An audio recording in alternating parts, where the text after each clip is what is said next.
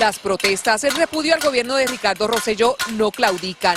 A casi 30 días de incesantes piquetes, aunque sean pocos, pero se mantienen manifestantes y la Guardia Armada apostados frente al Palacio Santa Catalina. El pueblo ha hablado, el pueblo no quiere a nadie, sea Wanda, sea Schatz, sea Pierluisi, sea el que sea. Vamos a estar aquí dando cara porque no queremos las mismas personas que han estado creando esta corrupción en Puerto Rico. Hoy en el Capitolio de Puerto Rico se produjo un revés, y es que el Senado recesó y pospuso hasta el lunes la vista de confirmación para el secretario de Estado Pedro Pierluisi, posición que le daría paso para ser el nuevo gobernador en propiedad. Es otro día de improvisación, otro día de decisiones inconstitucionales.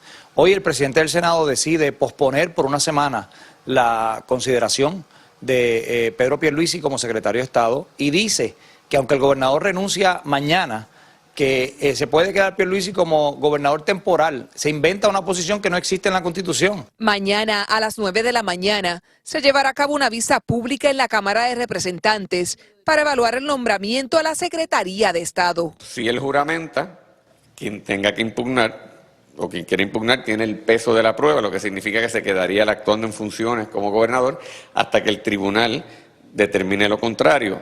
Pero obviamente para el tribunal actuar tiene que darle tiempo a las partes para que presenten su posición, sus escritos, y yo dificulto, aunque acelere el tribunal, que esto en menos de 2 semanas pueda dilucidarse.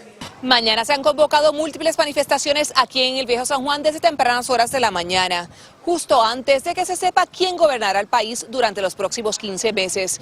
En San Juan, Puerto Rico, Verónica Abreu Tañón, Univisión.